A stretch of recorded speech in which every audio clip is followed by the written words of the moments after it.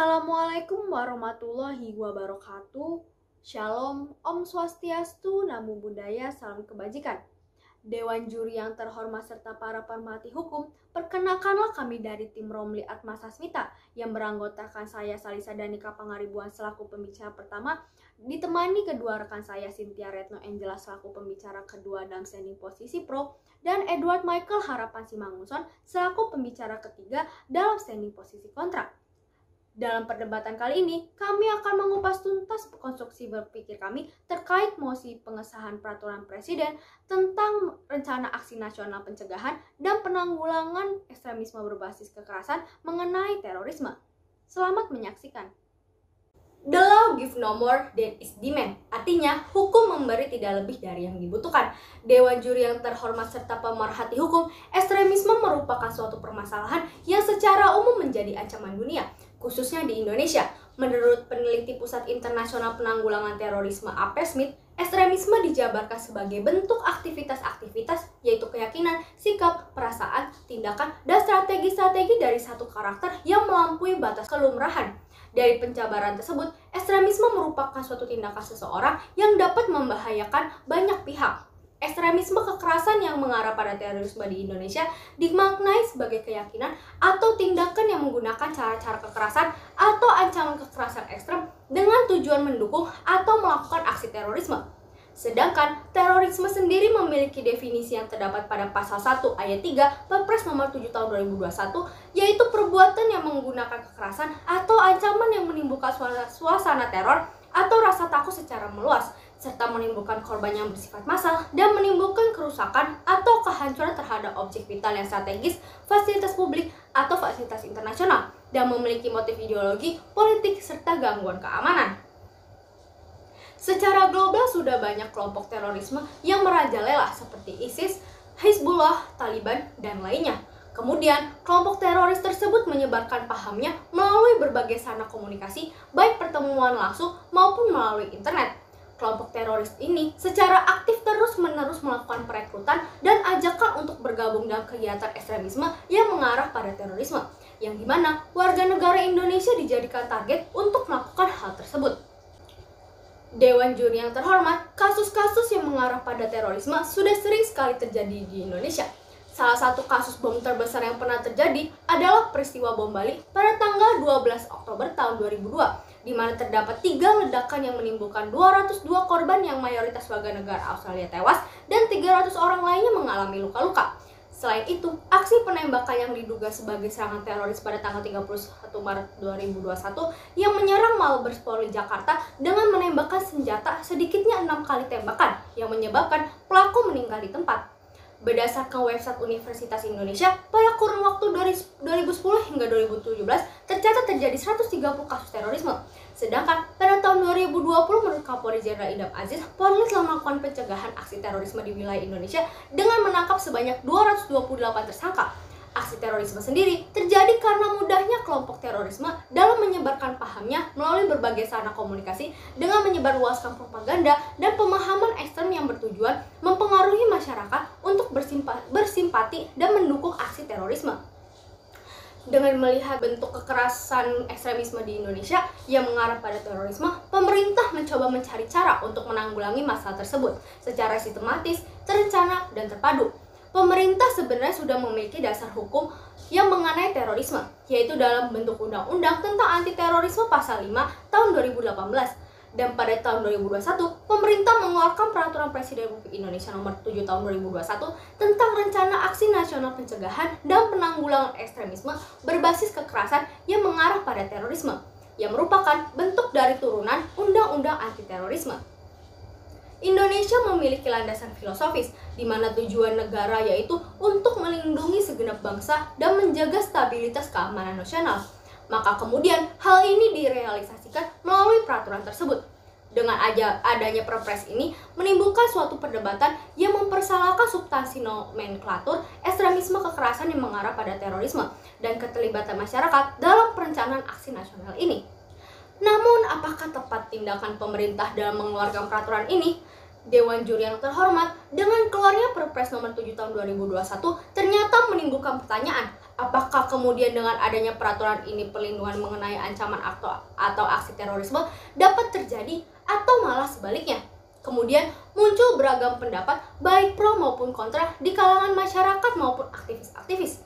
Pihak pro berpendapat bahwa ekstremisme yang mengarah pada terorisme sangat membahayakan ideologi bangsa Indonesia dan diperlukannya peraturan yang melengkapi undang-undang anti terorisme sebelumnya dan melindungi keamanan negara. Dan pihak pro menegaskan bahwa perlibatan masyarakat sangat diperlukan. Sedangkan sebaliknya, pihak kontra mengatakan Perpres ini akan menjadi bumerang bagi bangsa Indonesia dikarenakan adanya keterlibatan masyarakat dan nomenklatur ekstremisme yang bertentangan dengan konstitusi. Yang kemudian, perdebatan kali ini akan dikupas tuntas berdasarkan perspektif konstitusi dan yuridis. Selamat menyaksikan.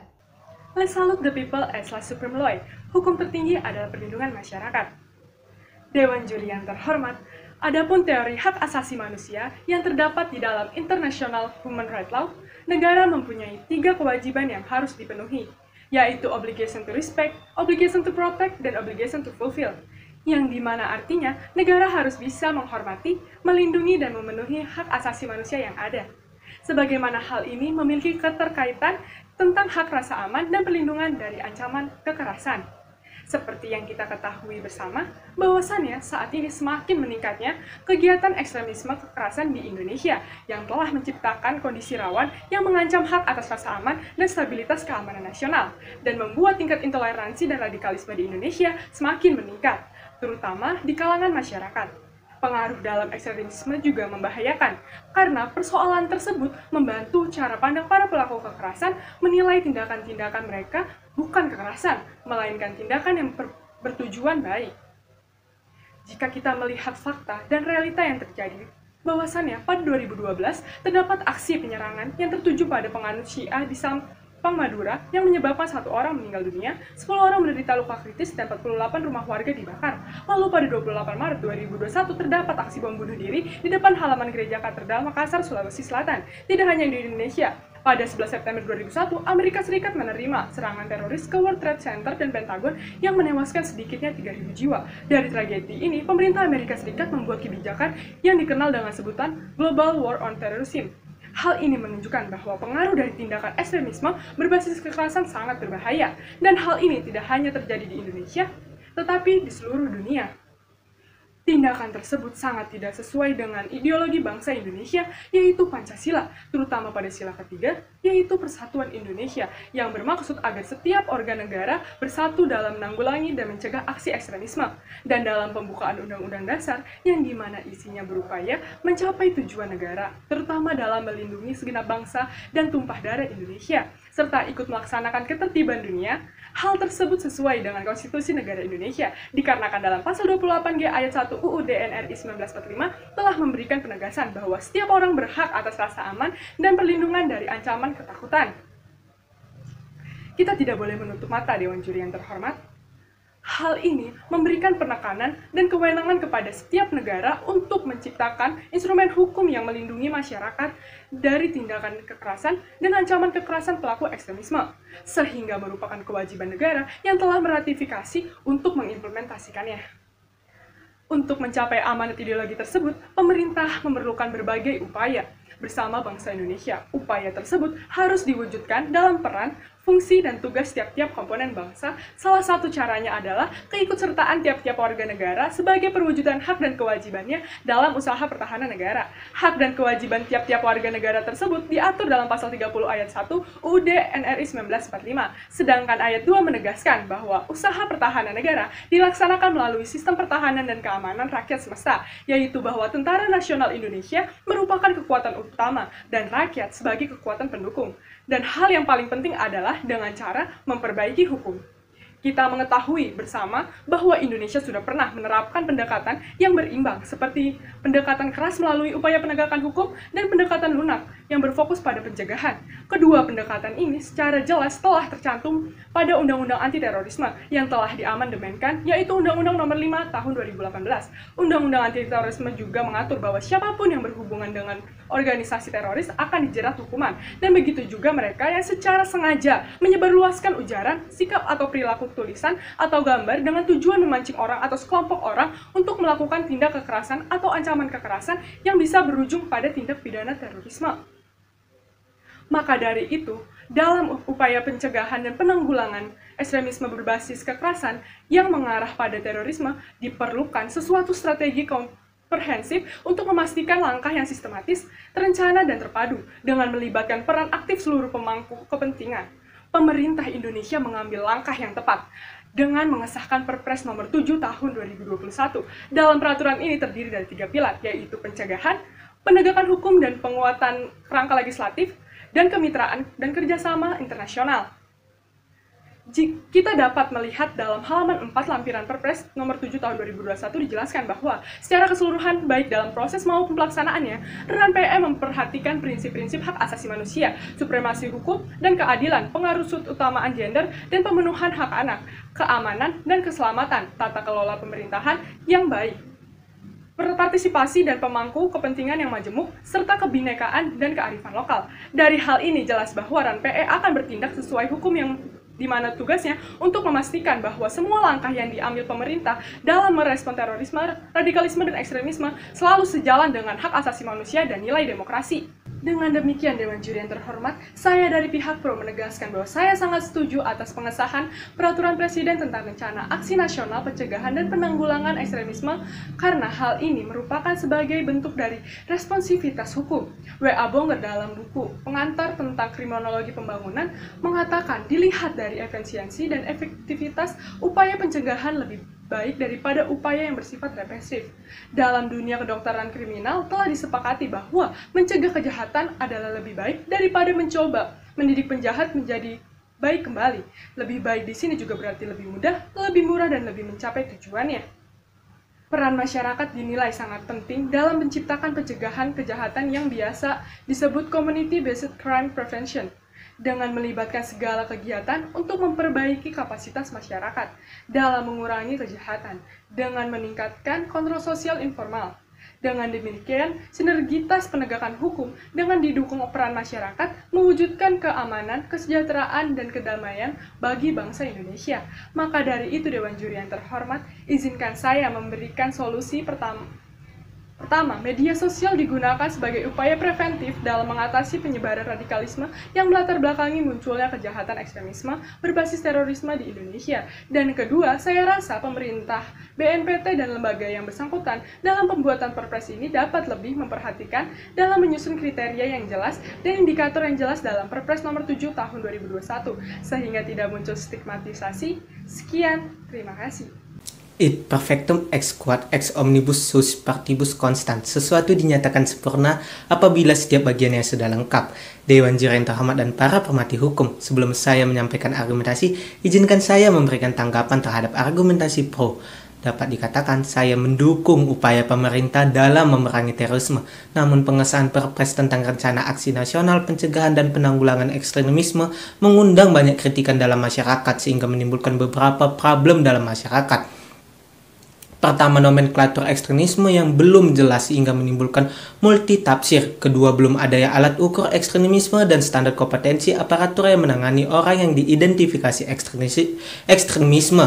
Dan ketiga, adanya keterlibatan masyarakat dapat menimbulkan konflik horizontal. Oleh karena itu, awalnya Perpres ini yang dilatar belakangi oleh ideologi dan tujuan bangsa Indonesia dalam menjaga persatuan dan melindungi bangsa Indonesia. Namun sebaliknya, Perpres ini dapat berpotensi menjadi bumerang bagi bangsa Indonesia. Perpres ini juga dapat dikatakan bertentangan dengan ideologi bangsa Indonesia, ditinjau dari filosofis Pancasila pada nilai yang termaktub dalam sila kedua, menjelaskan bahwa kita harus dapat menjunjung nilai-nilai kemanusiaan dan mengembangkan sikap tidak semena-mena terhadap orang lain atas dasar persamaan derajat, kewajiban, dan hak asasi setiap orang. Dengan adanya Perpres ini, masyarakat dapat melaporkan kalangan tertentu atas dugaan ekstremisme tanpa dasar yang kuat yang hanya berdasarkan keyakinan kalangan tersebut. Perpres ini menjelaskan adanya pencegahan dan penegakan hukum terhadap kalangan yang diduga memiliki keyakinan ekstremisme. Hal tersebut kontradiktif dengan Konstitusi Bangsa Indonesia yang termaktub dalam Pasal 28E ayat 2 dan Pasal 28I ayat 1 UUD NRI 1945 yang menyatakan setiap orang memiliki kebebasan atas meyakini kepercayaan, menyatakan pikiran dan sikap sesuai dengan hati nuraninya, dan juga hak kebebasan keyakinan atau pemikiran seseorang termasuk teori non-derogable right yang artinya hak asasi manusia yang tidak dapat dibatasi dan dikurangi dalam keadaan apapun. Berpandang dari Konvensi Shanghai tentang pemberantasan terorisme, separatisme, dan ekstremisme yang ditandatangani oleh Kazakhstan, Cina, Kyrgyzstan, Rusia, Tajikistan, dan Uzbekistan pada pasal 1 ayat 1 menjelaskan bahwa ekstremisme merupakan suatu tindakan dan bukanlah sebuah keyakinan. Hal tersebut dapat dikutip sehingga Perpres ini tidak akan merampas hak kebebasan keyakinan dan pemikiran seseorang. Dewan Juri yang terhormat, ada stigmatisasi terhadap indikator lampiran Perpres yang dinilai belum jelas dan rinci, seperti belum adanya alat ukur ekstremisme berbasis kekerasan yang mengarah terorisme dan belum adanya penyusunan standar kompetensi aparatur yang menangani orang yang diidentifikasi ekstremis. Hal ini disebabkan oleh kurangnya persiapan pemerintah dalam memperkenalkan rencana aksi tersebut. Oleh karena itu, kedepannya pemerintah harus lebih mematangkan rencana aksi nasional tersebut dengan mensosialisasikan ke masyarakat sehingga tidak memunculkan suatu masalah. Selain itu, adanya RAN PE ini dapat berpotensi menimbulkan konflik horizontal di masyarakat, dikarenakan masyarakat dapat melaporkan kalangan tertentu atas dugaan ekstremisme, kekerasan mengarah terorisme tanpa dasar yang kuat yang hanya berdasarkan pemikiran kalangan tersebut. Hal ini dikarenakan dalam pasal 8 Perpres nomor 7 tahun 2021 jelaskan adanya keterlibatan masyarakat dalam rencana aksi nasional ini. Jika melihat pasal 43 ayat 2 Undang-Undang nomor 5 tahun 2018 jelas dinyatakan upaya pencegahan terorisme pemerintah harus melakukan tindakan yang antisipasi secara terus-menerus atas dasar prinsip perlindungan hak asasi manusia, prinsip kehati-hatian.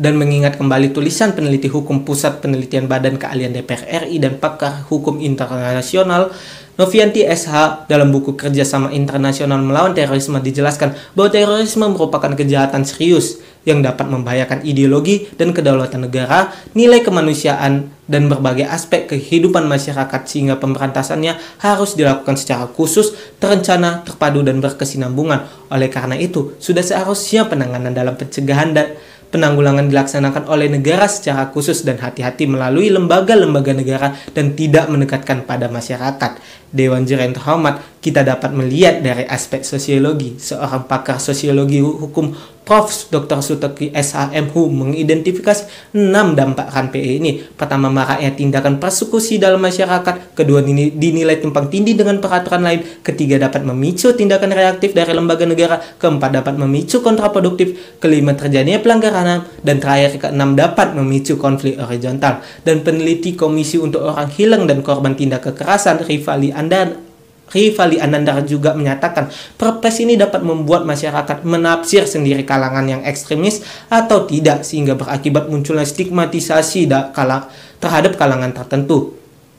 Dengan demikian, berpandang dari argumentasi yang telah disampaikan, dapat disimpulkan bahwa pengesahan Perpres ini dapat menjadi bumerang bagi bangsa Indonesia dikarenakan adanya keterlibatan masyarakat dalam melaporkan kalangan tertentu atas dugaan ekstremisme tanpa dasar yang kuat yang hanya berdasarkan keyakinan kalangan tersebut. Selain itu juga ada nomenklatur ekstremisme yang dinilai kontradiktif dengan konstitusi bangsa Indonesia atas dasar pembatasan kebebasan keyakinan. Oleh karena itu, saya sebagai pihak kontra menegaskan bahwa saya kurang menyetujui beberapa substansi dari rencana aksi nasional tersebut.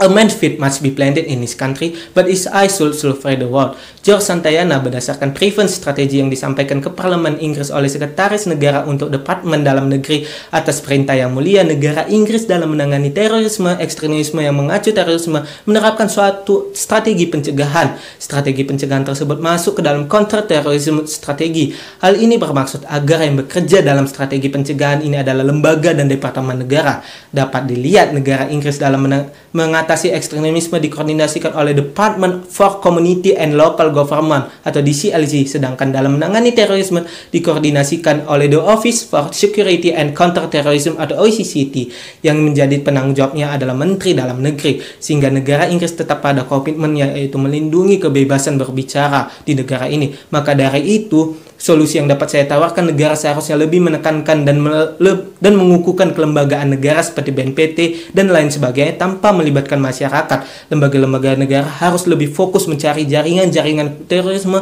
dalam melakukan tindakan pencegahan dan penanggulangan dengan banyaknya data-data yang telah dikumpulkan. Oleh karena itu, dalam rencana pencegahan dan penanggulangan terorisme tidak terlalu melibatkan masyarakat.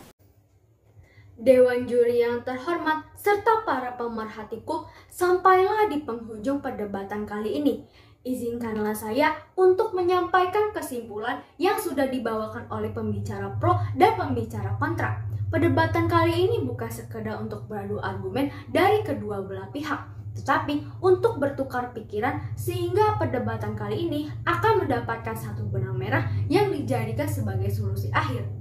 Pihak pro mengatakan bahwasanya pengaruh dalam ekstremisme sangat membahayakan dan persoalan tersebut membantu cara pandang para pelaku kekerasan menilai tindakan-tindakan mereka bukan kekerasan yang bersifat negatif, melainkan tindakan yang bertujuan baik atau positif.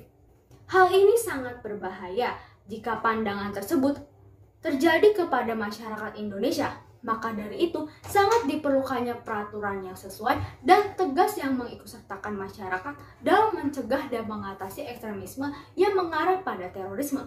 Sehingga tujuan negara Indonesia yaitu melindungi dan menjamin kesejahteraan bangsa dan menjunjung tinggi perdamaian dapat terwujud. Dengan demikian, pihak pro menegaskan bahwa ia setuju atas pengesahan peraturan Presiden tentang Rencana Aksi Nasional Pencegahan dan Penanggulangan Ekstremisme, karena hal ini merupakan tindakan pencegahan dan sebagai pelengkap dari undang-undang sebelumnya, yaitu Undang-Undang Anti Terorisme. Sedangkan pihak kontra mengatakan bahwasanya pengesahan Perpres Rencana Aksi Nasional Pencegahan dan Penanggulangan Ekstremisme banyak mendapat kritikan di kalangan masyarakat. Di antaranya, adanya keterlibatan masyarakat dalam melaporkan kalangan tertentu atas dugaan ekstremisme tanpa dasar yang kuat, yang hanya berdasarkan pemikiran yang dimiliki kalangan tersebut. Dan adanya stigmatisasi yang mengatakan belum adanya alat ukur ekstremisme dan standar kompetensi aparatur yang menangani orang yang diidentifikasi ekstremisme. Selain itu juga, adanya nomenklatur ekstremisme yang dinilai kontradiktif dengan Konstitusi Bangsa Indonesia atas dasar pembatasan kebebasan keyakinan. Oleh karena itu, banyak permasalahan yang muncul dapat membuat Perpres ini menjadi bumerang bagi bangsa Indonesia itu sendiri. Kemudian, saya akan menyampaikan solusi yang terbaik terkait mosi dalam perdebatan ini, yaitu bahwasanya pembahasan Peraturan Presiden Nomor 7 Tahun 2021 mengenai Aksi Nasional Pencegahan dan Penanggulangan Ekstremisme berbasis kekerasan mengarah terorisme lebih baik diperkuat dan diperhatikan oleh tindakan lembaga daripada masyarakat, sehingga penanganan dalam ekstremisme mengarah terorisme lebih komprehensif dan lebih terkendali. Sekian dari tim Romli Atma Sasmita, terima kasih.